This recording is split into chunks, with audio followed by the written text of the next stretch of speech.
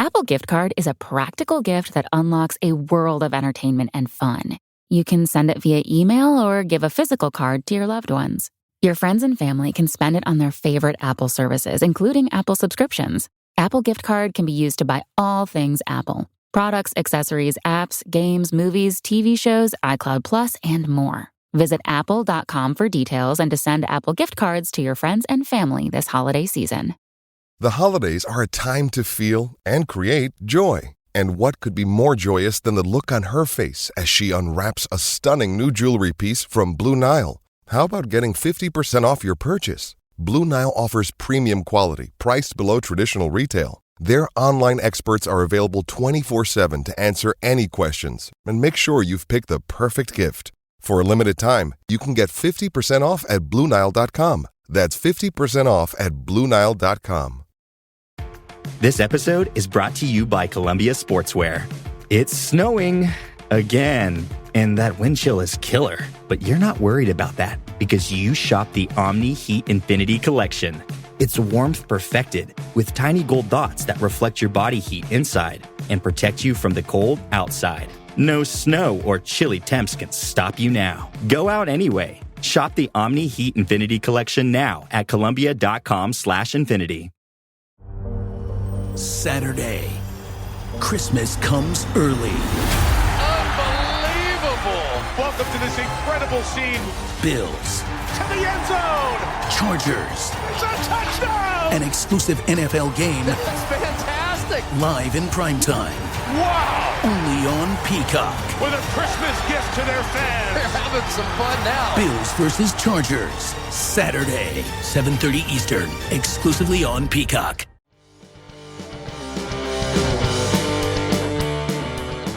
I was watching it actually from a bar in St. Louis, talking to Bosnian soccer players while eating a cheeseburger. So it was actually very entertaining. And how was the cheeseburger? It was actually really good. I'm really hungry right now. You guys. Cheese curds. It was just very cheesy, very good. Very cheesy and good, just like you, buddy.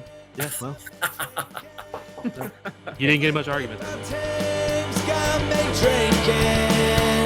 Give me beer, whiskey, wine or gin. Anything to shake this mood I'm in. My football team's got me drinking.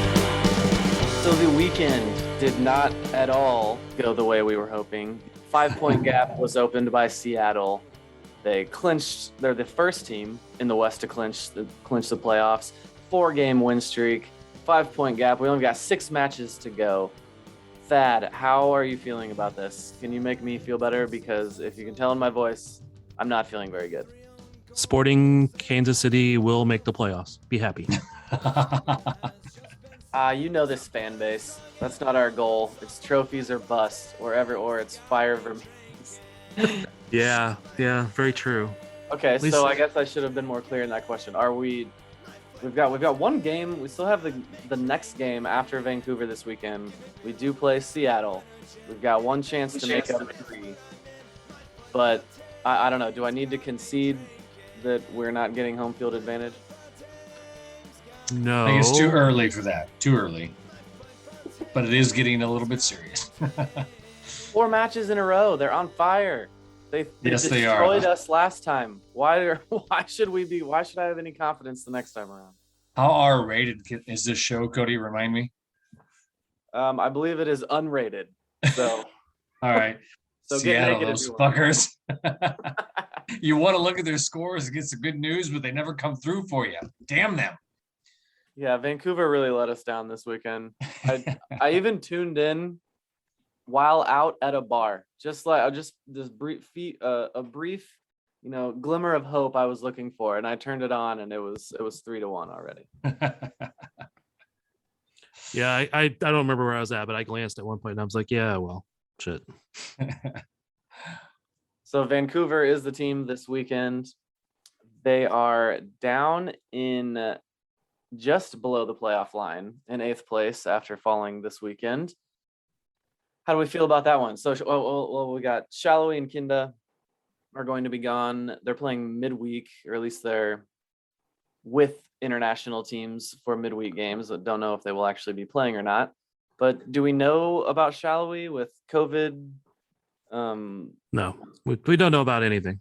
Okay, so Plus, it's likely that they won't be there then, right? Isn't that the more likely assumption? Shallowy and Kindo will not be available.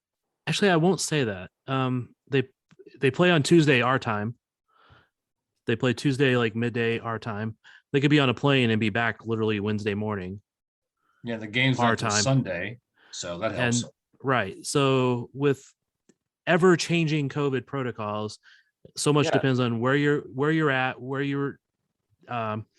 how you were bubbled, when you were tested, etc. So I really wouldn't rule them out being available for Sunday at all. I'm not saying they will be available. I just wouldn't rule them out by any means. Okay, that's good to hear. Shallowy started, was that his first start for Hungary? Got his first start and made it about 63. Got subbed out sometime in the 60th minute around there. Yeah, somewhere around there. Did you see any of the game? Only a little bit, and actually I tuned in like right when he was getting subbed out. So I know that is exactly what I did. I had only just seen that he had been given the nod to start, and I turned it on and then immediately saw he had just been subbed out 1 minute before.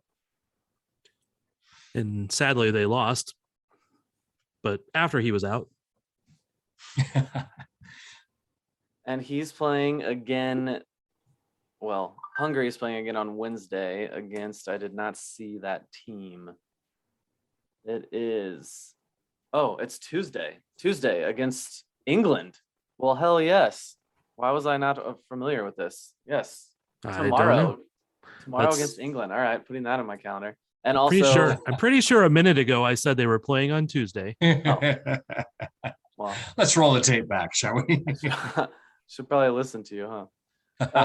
And then Israel and Gadi Kinda tomorrow as well against Moldova, the powerhouse of Moldova. I thought Hungary would take Albania too, though. So maybe Albania is stronger than I thought. I thought they were only good at like Quidditch or something. Quidditch? Albania has what is his name? Okay, never mind. Not who I was thinking of. Albania, different country. Maybe they are good at Quidditch. Back to Vancouver. I mean, facing a desperate team in Vancouver, a team that plays strong through the midfield, attacks on the front foot through the midfield. Doesn't sound like a great recipe for us, but that's why they play the game, I guess. But doesn't sound good to me. And of course, no star striker, no Alan Polito, continuously hurt. I got some discouraging texts. Yep, typical. He's always out. And then there's the sense of someone needs to be blamed. Are you guys seeing this as well? It's just like everyone's just frustrated that he's hurt. Yes, it sucks. That's just a thing that happens. I don't know what we can do about that. But there does seem to be this sense of everyone is looking for someone to blame. Who can we be mad at because Polito is hurt? I thought everybody was mad at Vermees. For signing him? Why not? Because he gets hurt all the time? We don't like him because he gets hurt? Because, and this is not my opinion, but this is other people's opinion, is that he should have been subbed out a bunch of times when the team was up or down or whatever, and they could have subbed him out. Instead, he ends up being beat the shit out of, and Vermees didn't sub him out. Again, that's the kind of a opinion out there at times.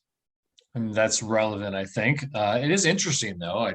He plays 15 minutes, then he plays 30, and then it's announced that he has knee surgery. So they didn't know how his knee was doing. It reacted poorly the last time, I guess. But that's an interesting situation.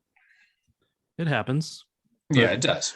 I think the biggest frustration is that it's essentially 2 years in a row. And last year he was hurt near the end and then was never available for the playoffs. You got to wonder if there's some structural problem with his knee that they're dealing with, seeing how best to fix it. It's a reoccurring thing. Who knows? Well, this surgery was supposed to be relatively minor, cleaning some stuff up. So maybe it's just a meniscus trim or something like that. Yeah. Who do I need to find for their phone back there, huh? I hear somebody's phone. Oh, No. sorry, that was me. All right, Mr. Popular. Another twist on that though wasn't he kind of re-injured when he was horse collared up in Minnesota? Wasn't that like when he's been basically injured since that point? Yes, I recall after that point them saying that play ended up being a little more serious than we had thought. So this is one of those I think we should be able to go back and retroactively red card somebody. Yeah, that sounds logistically very easy to do. Well, I think we could red card him against the next time Sporting plays against him. That's what it is. Be great to start the match. Man up. Call the league up, Thad. See what they say. That is, and again, it's one of those like fantasy things you always want to be able to do is like make a greater punishment for when somebody injures somebody. It more affects that player, and the team that had a player hurt benefits from it. So like if somebody hurts somebody, maybe they miss 4 games against that team. So like that guy hurt Polito, maybe he can't play for 4 times against Sporting, no matter what team he's on. Izzy's another one that I'd have no faith in being completely healthy at any point this year. Has Roger been supplanted now? The starting lineup the last couple of games was Maori, Voltaire, and Kinda. Has Roger been supplanted as a starter finally? It seems that is finally the case. Or Vermees is trying to save Espinosa's legs for the playoffs. But wait. No. According to conventional wisdom, Vermees doesn't do that. Exactly. That's why I laughed. But his experience in the playoffs will be invaluable as opposed to, say, Mari's. Of course, I don't see him starting every game in the playoffs, but yeah, I think the go-to midfield is the one you mentioned for sure.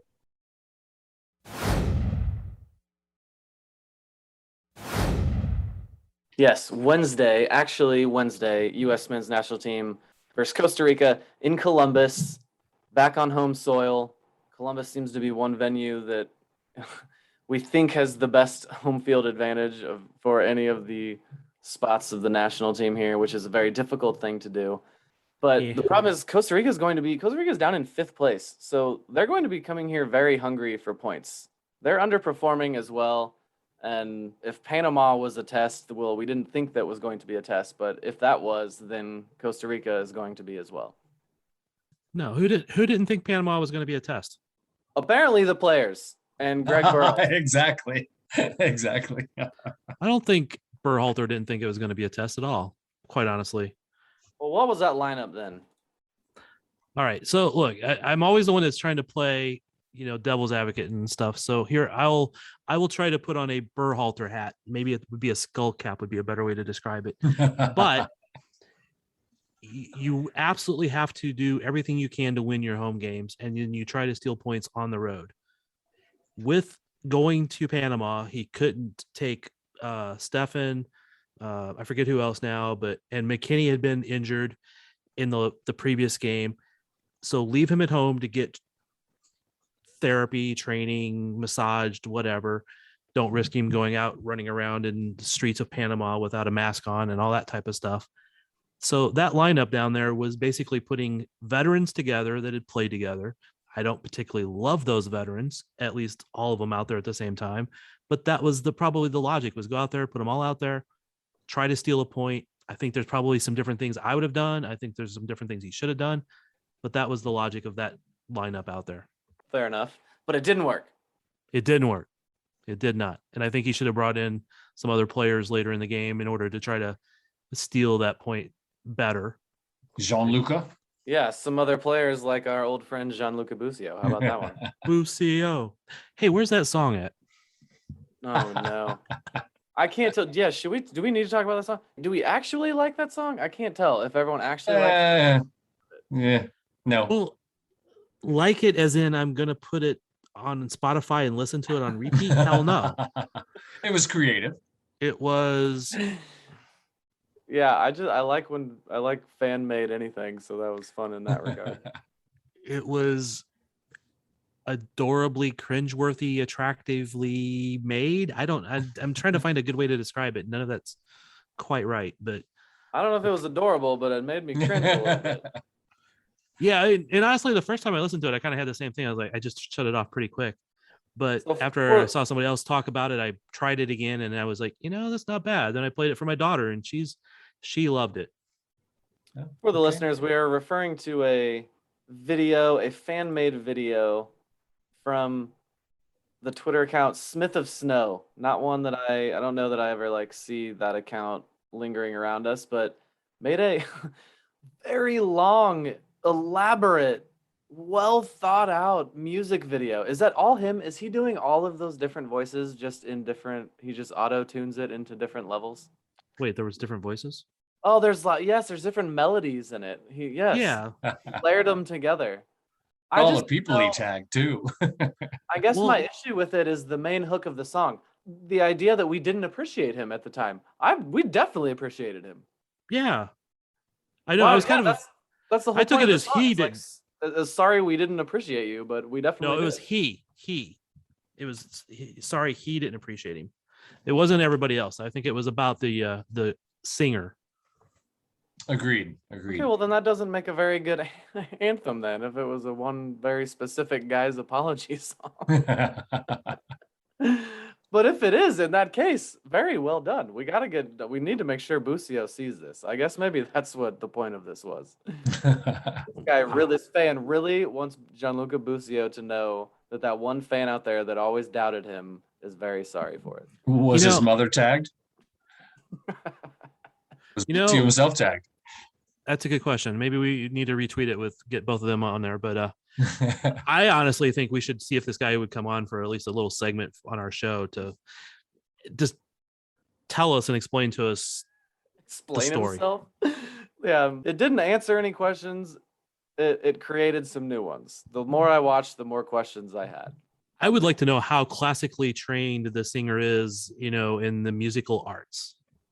Then we can get full, accurate information from the source. Yeah, for the first time ever. All right, let's take a vote. Cody, would you like to have the guy on? Yeah, sure. Robert? Let's do it. It's unanimous. We need to reach out to him, try to get him on. Again, it doesn't have to be a long segment. I don't know if we need a live reenacted singing of it, but that might be worth it also. So Costa Rica, by the way, apparently played 8 of their starters in the first 2 games. History has shown so far in this qualifying that you do that, your squad's dead for the 3rd game. So hopefully that's the case for Costa Rica as well. Which could be why Berhalter changed up the lineup a fair amount for the 2nd game. Could be, yeah. And was subbing out Pepe very early on, even in the first game. Yeah, which is part of my disappointment. Is I was hoping he would play more or start even in the 2nd game, but that's the one thing we never really know about some of these is if there is little minor knocks that they know about that we don't, that maybe makes them want to save them a little bit. That's always the question. Whatever. We're just supposed to yell at them angrily no matter what, right? Well, that's some people's MO, yes. But so now with the results from the previous window, the result from the first 2 games of this window, how do you feel? I feel very good. They're trailing only Mexico at this point, level on points with Panama. There's still so many matches to go that they'll be fine. Isn't it the top 3, top 4? The 4th one goes into qualification. Is that what it is? Yeah, right. Top 3 go. The 4th one does the playoff with. I think it's Oceania. In that brief window there in between the 2nd and 3rd game of that last window, when tensions were high and people were looking for reasons to get angry and just ready to jump off a bridge if they didn't win that next game. The thing I was talking people off a bridge about was just that there are so many games to play in this hex still. There's so many points to be had. Octagon, not hex. Yes, sorry, the oct. The octo, the ocho. Yeah, so there's so many points on the table to be had, and even if they struggle through that game because the game plan wasn't right and things like that, there's just so much more talent that's on this roster, and over the course of all of these games, they're going to qualify. I'm not even worried about it. They've shown me enough that a slip up 1-0 loss at Panama in a rowdy environment like that is not going to bother me too much. Well, the most worrisome part about it is their lack of intensity, I think, though. Kellen Acosta even said before the game, maybe we're a little naive about CONCACAF and about World Cup qualifying. I think they showed that with their lack of intensity down in Panama. I don't think that'll continue at home, but it does need to improve and be more consistent. I don't know. I think that was just all referring to the first window, but I don't know how you can remain naive about what it takes to qualify in CONCACAF when you've played in CONCACAF already, you know? Yeah, but look at the performance against Panama, though. It was lackluster. We got to say that, right? That's the word, lackluster. Yeah, but teams lay eggs. It's like, yeah, people, Sporting didn't care about winning that match. You know, that's bullshit. Every team cares about winning a match, man. Every player wants to win. I mean, shit. Like, I played that media game last week, right? I'm a fat old guy. I'm like walking out there going, don't run, don't move, just pass the ball once in a while, right? Somebody pass you the ball, and then I'm out there trying to run. Okay. Yes, my hamstring hurt after that. All right. I want to win. I want to play. Even if I can't, I will still try. Oh, I know you were out there on that field trying way harder than you were at halftime in Children's Mercy Park with all those eyes on you. I know you were going way harder when there wasn't all those eyes on you. Yeah, but if you look at the quotes from even the players, for example, Zimmerman was saying that we just lacked the intensity that we should have had. A lot of pundits are saying they didn't move forward aggressively with the ball enough. They were too timid, so that's just something that we need to see improved. I won't disagree that they were not intense enough. I mean, that's the player's opinion. That's some others' opinions, and that's all valid. But just to say they didn't, they were just not caring, or, they just thought they were going to win. I always think that's not what was said, though. Not caring, not want to win. Just putting in the effort it takes and doing what it takes to win. There's a difference. Yeah, they wanted to win that game. They put out the effort. They just failed. I think there's a little bit of a sense of, yes, the youth wave is great. And there's guys like, I guess you can call Acosta. In my head, he's still young, still a fairly young guy. And, Paul Arriola and guys like that. But there seems to be a lack of a long-time grizzled veteran that everyone on the team just respects immensely, and that's the guy that would have kept everybody grounded. Or if that was the issue in this game of not in the right mindset, right? that guy is missing from the locker room, I think, to some extent. All of those guys that would have been that grizzled veteran that would have kept them focused and all that are the ones who failed in fucking Trinidad. Absolutely. Okay? Oh, I'm not saying, yes, don't take that as me wanting Josie Altidore in the locker room or Michael Bradley talking to any of them. Michael Bradley, don't speak to any of them for a long time, please. No, only if you're asking for an autograph. All of